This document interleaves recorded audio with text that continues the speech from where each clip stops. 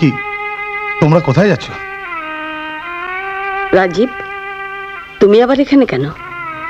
মাসিমা, মাসিমা আমি এখানে এসেছি আপনাদের সব কথা জানাতে। তুমি সেই বড় লোক বাপের সুপুত্র? হ্যাঁ, দেখো দেখো তোমার বাপের কীর্তিটা একবার দেখো। একটা পরিবারের সর্বনাশ করে পথে বসিয়ে দিয়েছে, এক কথায় চাকরি থেকে তাড়িয়ে দিয়েছে। সেই দুঃখে অপমানে বেগুনে লোকটা মারা গেল। এক সেকেন্ড, আমি কিন্তু আপনার সঙ্গে কথা বলতে আসিনি। মাসিমা, মাসিমা বিশ্বাস করুন, আমি আগে কিছু জানতাম না। আমার বাবা যা করেছেন তার জন্য আমি হাত জোর করে আপনাদের কাছে ক্ষমা চাইছি। আপনারা প্লিজ যাবেন না মাসিমা, আমি সব ব্যবস্থা করে দিয়েছি। যাবে ছোকরা যাও, গোড়া কেটে জগায় জল ঢেলে অত দরদ দেখাতে এসো না। ভাগ্যিস আমি এসে পড়েছিলাম, তাই তো আমার নিজের বাড়িতে ওদের নিয়ে যাচ্ছি, না হলে তো এই মা মেয়েকে রাস্তায় দাঁড় করিয়েছিলে। তোমাকে আগেও বলেছি আমি তোমার সাথে কথা বলতে আসিনি। মাসিমা, মাসিমা প্লিজ যাবেন না। ছাড়ো, আমাকে যেতে দাও। ঝিলিক, তোমরা কোথায় যাচ্ছ? তার খবর অত তোমার দরকার কি গো? থাক থাক, তোমাদের মতন বড় লোক আমি অনেক দেখেছি, তোমাদের মতন বড় লোকের নষ্ট আমি অনেক দেখেছি, বুঝলে? যত সব ছোট লোকের দল, এই দল। হ্যাঁ, এই যাও তোমরা, ওঠো ওঠো বাবা, যতই দূরের সম্পর্ক হোক আমি তো তোমাদের আপনজন। ওঠো ওঠো ওঠো তো, ওঠো ওঠো। ঝিলিক, আমার ছেড়ে তুমি কোথায় যাচ্ছ?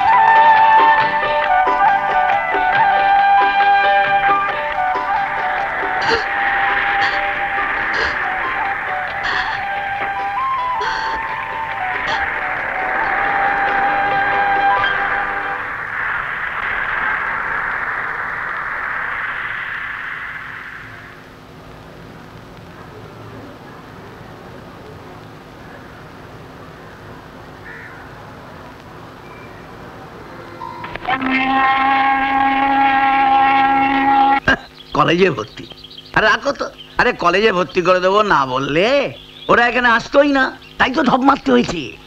হ্যাঁ, ওরা মামি এসে কোথায় বেরুলো বলো তো? হ্যাঁ, কাল আসার সময় না ওদের পুরো শিব মন্দিরটা দেখে খুব ভালো লেগেছে, তাই ওরা পুজো দিতে গেছে। আচ্ছা, একা একা ছাড়লে? এখানে তো তোমার আর বিক্রম বাবু শত্রুর অভাব নেই, কি আবার কি কানে দিয়ে দেবে? তুমি তো সঙ্গে গেলে পারতে। আমি তো ইচ্ছে করি ওদের সঙ্গে যাইনি, ওরা নেই, এই ফাঁকে তোমার সঙ্গে বলে একটা প্ল্যান করে নেবো। প্ল্যান? কিসের প্ল্যান? আমাকে একবার কলকাতা যেতে হবে। রাজীবের বাবার কাছ থেকে মাল কামি আনতে হবে না? রাজীব? রাজীব আবার কে গো? ওই ঝিলিক যার সঙ্গে প্রেম করতো।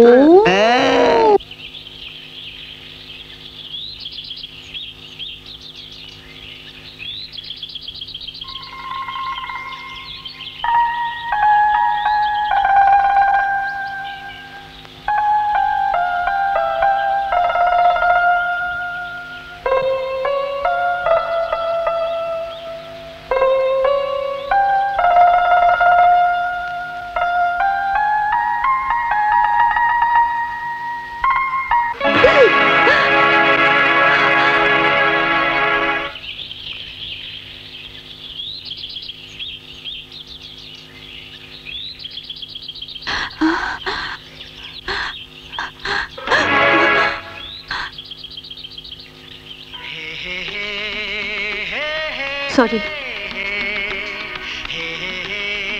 না না, ঠিক আছে। সাপ দেখে হঠাৎ আমি ভয় পেয়ে গেছিলাম। সাপ দেখলে ভয় পাওয়ারই কথা, কিন্তু শুনেছি এটা বাস্তু সাপ, কামড়ায় না। কামড়াক না কামড়াক, সাপ দেখলে বড় ভয় লাগে বাবা। আপনারা কি এখানে নতুন এসেছেন? আপনাদের তো আগে কখনো দেখি। হ্যাঁ, কালকে আমরা কলকাতা থেকে এসেছি, মন্দিরটা ভালো লাগলো তাই চলে এলাম। এখানকার শিব ঠাকুর খুবই জাগ্রত, যা প্রার্থনা করবেন তাই পাবেন। যা প্রার্থনা করবো তাই পাবো? এখানকার লোকেদের তো তাই বিশ্বাস।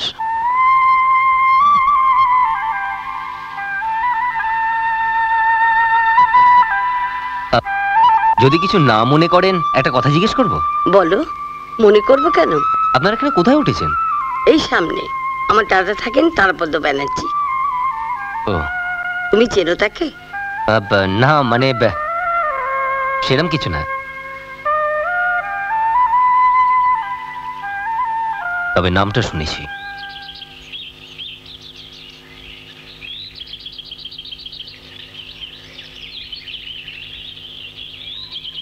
কিরে, এখানে একা বসে কি ভাবছিস? দূর, কিছু ভালোই লাগছে না। কেন? এটা দেখ। হ্যাঁ, শান্তি।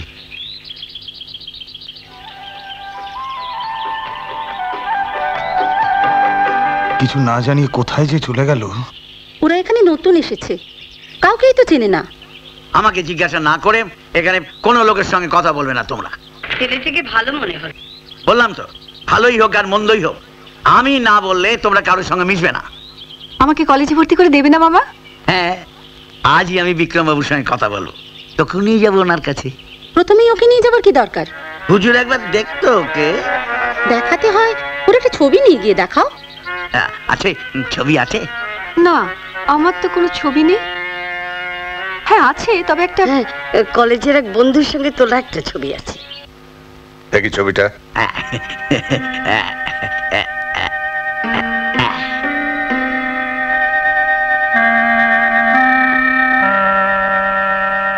এই ছবিটা আপনি আমার কাছে নিলেন কেন? আপনি আপনার ছেলের থেকে ঝিলিককে আলাদা করতে চাইছেন, তাই আপনি এখনই রাগ করে একটা কাঁচি দিয়ে কেটে ওদের আলাদা করতে পারেন, কিন্তু সত্যি সত্যি আলাদা করতে পারবেন কি? আপনি যদি কিছু খরচা করেন না, তাহলে ওদের দুজনকে বিয়ের সানাই বাজিয়ে এমন করে আলাদা করে দেব না যে জীবনে ওরা কেউ কারো মুখ পর্যন্ত দেখতে পাবে না। কত দিতে হবে আপনাকে? দেখুন, আপনার একমাত্র ছেলের জীবন বাঁচাচ্ছি, আপনি তো বাবা, তা আপনি তো ভালো বলতে পারবেন আমার চাইতে যে আপনার ছেলের জীবনের দাম কত হতে পারে। আপনার কত টাকা চাই সেটা বলুন। দেখুন, বরাবরের জন্য ঝিলিককে সরিয়ে দিতে গেলে ঝিলিককে তো বিয়ে দিতে হবে, তা আপনি যদি খরচা করেন, পাত্র তো রেডি। পাত্রটিকে? আপনি যখন তারাপদদার দিদি, তখন আমার নিজের দিদির মতো। আমি থাকতে এই গ্রামে আপনাদের কোনো অসুবিধা হবে না। আমি আপনার মেয়ের কলেজে ভর্তি করিয়ে দেবো, পড়াশোনার ব্যবস্থা করে দেবো, টিউটার রাখবো, এবং যাতে এই বাড়িতেই পড়াশোনা করতে পারে তার ব্যবস্থা করবো। আর বিয়ের ব্যবস্থাটা? তারাপদ, নিন খান, একটুখানি এগুলোর আবার কি? একটুখানি খান প্লিজ।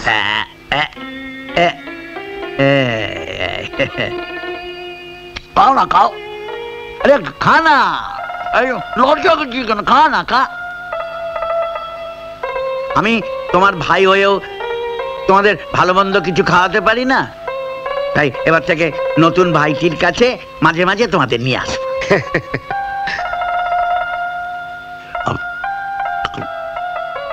সোমবার শিবরাত্রি। মানে পরশু শিবরাত্রি? শিবরাত্রির দিনে বুড়ো শিবতলায় বিরাট অনুষ্ঠান হয়। ওই দিন গ্রামের মেয়েরা সবাই মিলে এসে শিবের মাথায় জল ঢালে। এবার শিবরাত্রি কিন্তু আমায় দক্ষিণেশ্বর নিয়ে যেতে হবে। দক্ষিণেশ্বর? দক্ষিণেশ্বর কেন? একটা শিবের মতো বর পাচ্ছি, তাই শিবের মাথায় জল দেব। ঝিলি, ঝিলি, কি রে ঝিলি, প্লেটটা হাতে নিয়ে কি ভাবছিস মা? ভাবছি আমিও শিবরাত্রে মন্দিরে যাব মামা। তো বেশ, তো জয় শিব শম্ভু, যাবি? জয় শিব শম্ভু। যাবি? মন্দিরটা তো বিক্রম বাবু, তোর যখন ইচ্ছা হয় তখন যাবি। শিবের মাথায় তো জল ঢালতে যাবি, কিন্তু এদিকে কাজকর্ম কে করবে শুনি? তোর মা তো বাসন মাজছে, যা তুই উনুন ধরে একটু চাটা করে আয়। আচ্ছা মামা, সত্যি করে বলো তো, তুমি আমাদের কলকাতা থেকে নিয়ে এসছো বাড়ির কাজকর্ম করার জন্যে? তোর মামা কি বলবে শুনি? তোর মামা কি বলবে? এই যে মা মেয়ে মিলে দুবেলা এত এত গিলছিস, টাকাটা আসবে কোত্থেকে? কোথায় মুখ বুঝে ঘরের কাজকর্ম করবি? তা না, দিন কতক তো বিশ্রাম নিলি, আর কত বিশ্রাম চাস? শিবের মাথায় জল ঢেলে কি হবে শুনি? যার সঙ্গে পীড়িত করেছিলে তার বাবা তো দূর দূর করে তাড়িয়ে দিয়েছে। ওকে বকছো কেন? সংসারে কাজকর্ম সেরে ও যদি মন্দিরে যায় তো যাক না। উমা, এই সন্ধ্যেতে মন্দিরে যাবে কি গো? কে নিয়ে যাবে? এই গায়ের লোকদের তুমি চেনো না? বিক্রম বাবুর সঙ্গে কথা হয়েছে, উনি এসে ওকে নিয়ে যাবে। ওনারা তো কাজ পেলে উনি থোড়াই যাবেন। না না, ঝিলিকোনার ভালো লেগেছে। হ্যাঁ, হ্যাঁ, তাই উনি নিজে এসে ওকে নিয়ে যাবে।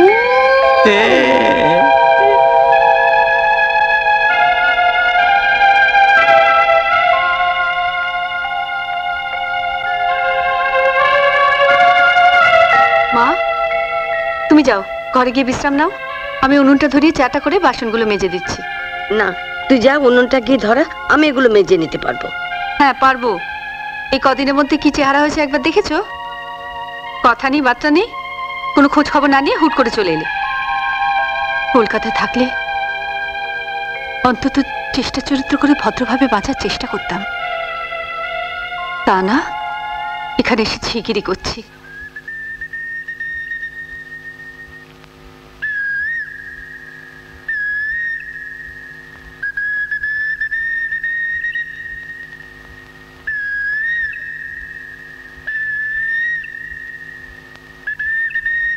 ওমা, আপনি?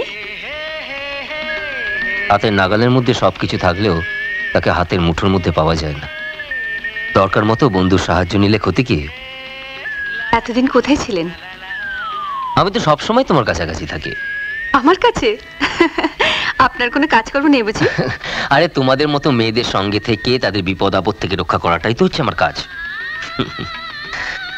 তুমি কিছু ভেবো না, আমি সব সময় তোমার পাশে পাশেই থাকবো। মন্দিরে কোনো কাল কেউটেও যদি তোমায় ছবল মারতে আসে, তাকে নির্বিষ করে তাকে বশ মানাবার মন্ত্র আমার জানা আছে। তোমার সঙ্গে আমার আবার দেখা হবে শিব মন্দিরে।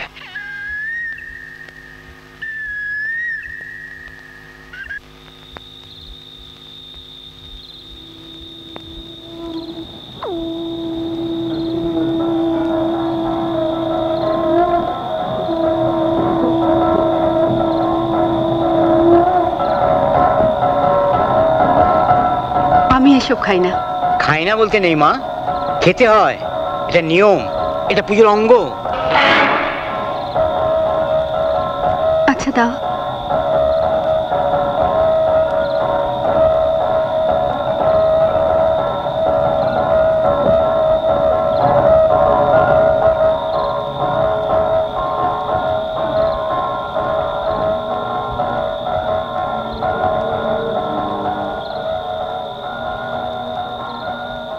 শোনো শোনো, তোমরা ঝিলিকের এত বড় সর্বনাশ করো না। ও বিক্রমকে বিয়ে করবে না। হ্যাঁ তো বিয়ে করবো না বললেই এমনি হলো? বলে ঝিলিকের সঙ্গে বিয়ে দেবো বলে আমরা বিক্রম বাবু থেকে কতগুলো টাকা নিয়েছি, আর সেই টাকাতেই তো তোমরা মামিয়ে গেলছো। আমার যা কিছু গয়না আছে আমি সব দিয়ে দেবো, ওটা বিক্রি করে তুমি ওর টাকা ফেরত দিয়ে দাও। কেন? বিক্রম বাবু পাত্র হিসেবে এমন কি খারাপ? বাড়ি গাড়ি টাকা পয়সা? না না না না, ওসব আমরা কিচ্ছু চাই না, তোমরা আমাদের ছেড়ে দাও, আমরা কলকাতায় ফিরে যাব। কলকাতায় গিয়ে কি করবে শুনি? মেয়েকে দিয়ে ব্যবসা করাবে? হ্যাঁ তাই করব, দরকার হলে তাই করব। তোমরা তো এখানে আমায় তাই করাতে চাইছো। কি? যত বড় মুখ নয় তত বড় কথা। ওকে মারছেন কেন? তুমি কে? হ্যাঁ, রোজই তোমাকে গায়ের এদিক ওদিক দেখতে পাচ্ছি। কোথায় থাকো তুমি? আপনাদের আশেপাশেই থাকি, আর ওর সব ভালো মন্দের ভার আমার উপর। ওর পেছনে লাগলে ফলটা ভালো হবে না, এটা মনে রাখবেন। আসি। এই ছেলেটা কে রে? খুব চ্যাটাং চ্যাটাং কথা বলে গেল। এই গ্রামেরই ছেলে, কি নাম? অজিত চক্রবর্তী। অজিত চক্রবর্তী? হ্যাঁ স্যার, কদিন ধরেই তো ওকে গ্রামের এখানে ওখানে দেখা যাচ্ছে। আজ একে পেটাচ্ছে, কাল ওকে পেটাচ্ছে। এই দেখুন না, দেখুন বিক্রমবাবুকে মেরে কিরম মাথা ফাটিয়ে নিয়ে দেখো। আচ্ছা বিক্রম বাবু, অজিত বাবু হঠাৎ আপনাকে মারতে গেলেন কেন? আপনি কি করেছিলেন? জয় শিব শম্ভু। আমার ভাগ্নিকে উনি ওনার বাড়ি নিয়ে গিয়েছিলেন। বাড়িতে না বাগান বাড়িতে? না মানে মানে জয় শিব শম্ভু। আপনারা আসার আগে অজিত বাবু এসে বিক্রম বাবুর নামে ডায়েরি করে গেছে। ডায়েরি আমার নামে? জয় শিব শম্ভু। তারাপদ বাবু, মামা হয়ে ভাগ্নিকে এভাবে এর হাতে তুলে দিচ্ছেন কেন? তুলে দিচ্ছি মানে বিক্রমবাবুর সঙ্গেই তো আমার ভাগ্নির বিয়েটা দেবো। জয় শিব শম্ভু। জয় শিব শম্ভু। শুনেছি তো বিক্রম বাবু বিবাহিত। ওনার বর্তমান স্ত্রী কি রাজি হবেন ডিভোর্স করতে? না মানে আপনি এক কাজ করুন, বিক্রম বাবুর স্ত্রীর কাছ থেকে একটা অনুমতি পত্র নিয়ে আসুন। তারপর আপনার ভাগ্নির সঙ্গে ওনার বিয়ের ব্যবস্থা করুন। নইলে ওই অজিত বাবু আবার আপনাদের পিটলে আমার কিছু করার থাকবে না। আর তারাপদ বাবু, আপনিও আপনার ভাগ্নির এই বিয়েতে মত আছে কি না সেটাও লিখিয়ে আনবেন। না না, লেখাবার কোনো দরকার হবে না। আমি যা বলবো ও তাই করবে। আচ্ছা, নমস্কার।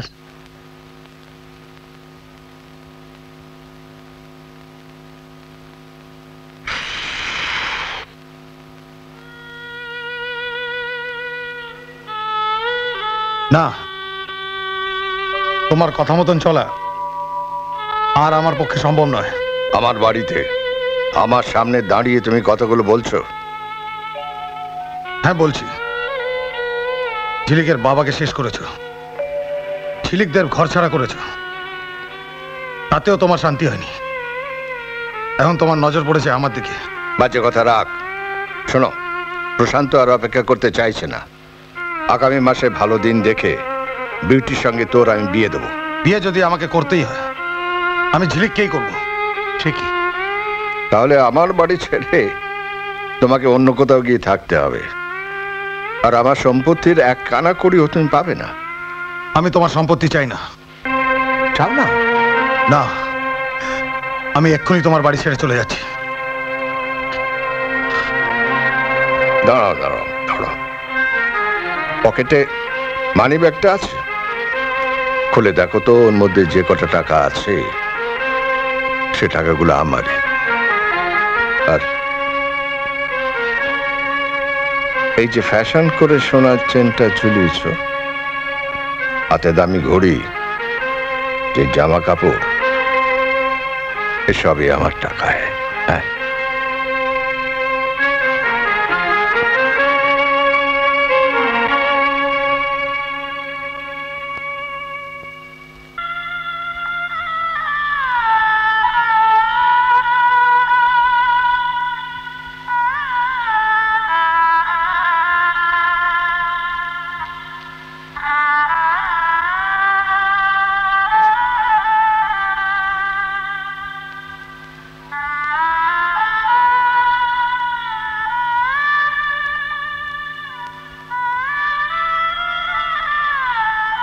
আবলুস, আয় রে,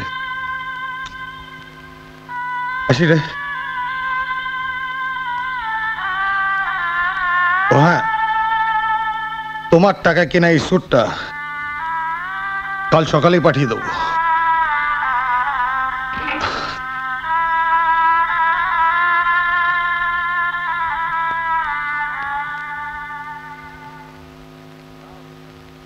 না অশোক দা, না, যা হবার তা তো হয়েই গেছে।